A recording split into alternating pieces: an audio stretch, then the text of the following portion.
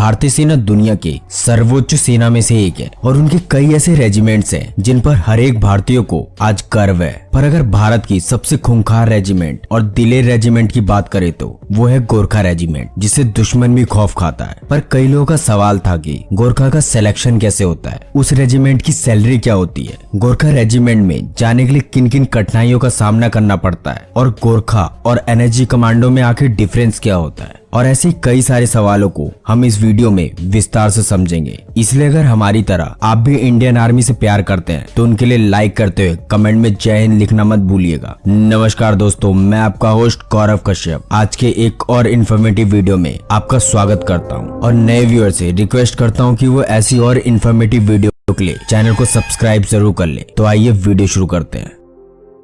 Indian army की Gorkha regiment को दुश्मनों के साथ बहुत ही बहादुरी से लड़ने के लिए जाना जाता है और इसके लिए भारत के फील्ड मार्शल सैम मैनिक्शॉ का कहना है कि अगर कोई व्यक्ति कहता है कि उसे मरने से डर नहीं लगता तो या तो वो झूठ बोल रहा है या तो वो गोरखा है, क्योंकि गोरखा रेजिमेंट इंडियन आर्मी के साथ साल 1815 से जुड़ी है और तब से आज तक कई लड़ाइयों में गोरखा कमांडो ने इंडियन आर्मी के साथ अपनी बहादुरी और अपनी जाबाजी का प्रदर्शन दिखाया है और कई बार योगदान भी दिया है। वैसे तो दुनिया के सिर्फ 3 देशों में जैसे इंडिया, नेपाल और भूटान के पास ही गोरखा रेजिमेंट है, जिसमें गोरखा सैनिकों की ट्रेनिंग सिर्फ 3 फेजों में होती है जो तकरीबन 9 महीने तक चलती है। उस दौरान में पहले 2 फेजों में कठिन पीटी और ड्रिल से गुजरना पड़ता है और पहले फेज में कच्ची मिट्टी पर करीबन 7 सप्ताह तक उसके अंदर जोश और स्टेमिना बढ़ाने के लिए इन्हें हर रोज ड्रिल और पीटी कराई जाती है। इसके बाद दूसरे फेज में सैनिकों को सेना के अनुशासन और तौर तरीके बताए जाते हैं। फिर आता है तीसरे फेज की ट्रेनिंग जो पक्की चट्टान पर होती है, जिसमें करीबन 19 सप्ताह तक इन सैनिकों को चट्टान जैसे जमीन पर ड्रिल करना होता है। इसी दौरान इन सैनिकों के शरीर को लोहा जैसा बना दिया जाता है ताकि आगे आने वाली कोई भी मुसीबत का सामना करने से गोरखा रेजिमेंट ना डरे। इसलिए आम रेजिमेंट के मुकाबले गोरखा कमांडो की ट्रेनिंग बिल्कुल अलग होती है। इसके अलावा गोरखा कमांडो अपने हथियार के लिए काफी प्रसिद्ध है, जिसको नेपाली भाषा में कुकरी कहा जाता है। असल में ये एक 12 इंच का एक लंबा चाकू है जिसको गोरखा का हर एक जवान अपने पास रखता है, क्योंकि इस चाकू के बारे में एक बहुत खास बात है कि जब कोई गोरखा अपनी कुकरी को बाहर निकालता है तो फिर वो अपने दुश्मनों को खून निकाले बिना उस कुकरी को दोबारा अंदर नहीं रखता है। वैसे तो कई लोगों का कहना है कि गोरखा कमांडो में एक जाति के सैनिकों को रखा जाता है, लेकिन हम आपको बता दें कि ऐसा बिल्कुल भी नहीं है। असल में गोरखा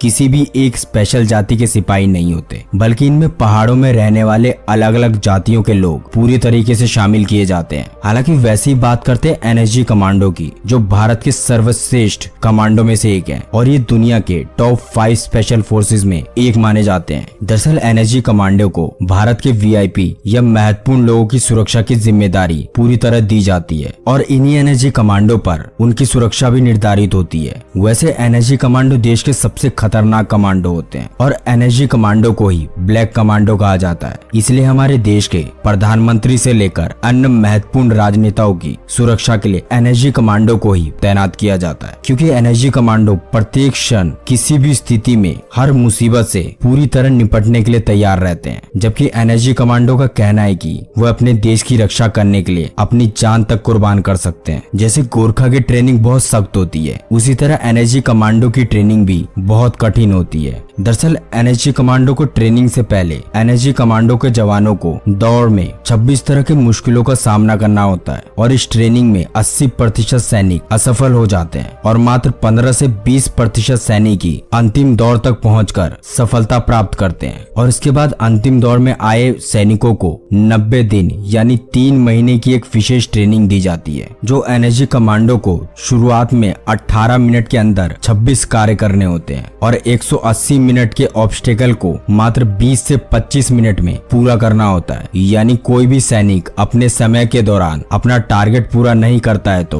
उन्हें उसी वक्त वहां से रिजेक्ट कर दिया जाता है। यानी एनएसजी कमांडो बनने के लिए अपना टारगेट सिर्फ 9 मिनट में पूरा करना होता है, तभी जाकर कोई एनएसजी कमांडो बन पाता है। दरअसल गोरखा कमांडो की सैलरी देखी जाए तो 11वीं गोरखा राइफल्स में कार्यरत सैनिकों को लगभग 7.7 लाख से लेकर 9.7 लाख के आसपास सैलरी दी जाती है। और वहीं एनएसजी कमांडो की सैलरी देखी जाए तो मीडिया रिपोर्ट के मुताबिक एनएसजी कमांडो हर महीने 84,000 से लेकर 2.5 लाख रुपए तक कमाते हैं, जबकि एवरेज सैलरी की बात करें तो एनएसजी कमांडो को करीबन 1.5 लाख रुपए महीना मिलता है। दरअसल एसपीजी यानी सिक्योरिटी ऑफिसर ग्रुप की सैलरी भारत में 11.1 लाख रुपए दिया जाता है और जो विशेष सुरक्षा समूह अधिकारी हैं उन्हें 8 लाख से 15 लाख रुपए तक दिया जाता है। उसी तरह कमांडो के सिलेक्शन के बारे में जाने तो एनएसजी कमांडो सिलेक्शन प्रक्रिया की बात करें तो इसमें सीधी भर्ती का कोई तरीका नहीं है, क्योंकि एनएसजी के लिए सेना और पैरामिलिट्री फोर्स में से सैनिकों को सिलेक्ट किया जाता है। जबकि एक रिपोर्ट में बताया गया है कि एनएसजी के लिए करीबन 53% सिलेक्शन भारतीय सेना से होता है और अन्य 47% कमांडो को 4 पैरामिलिट्री फोर्स यानी सीआरपीएफ, आईटीबीएफ, आरएएफ और बीएसएफ इन सभी चारों सेनाओं से मिलाकर चुना जाता है। और वहीं एसपीजी कमांडो का सिलेक्शन भी सीधी तौर पर नहीं किया जाता,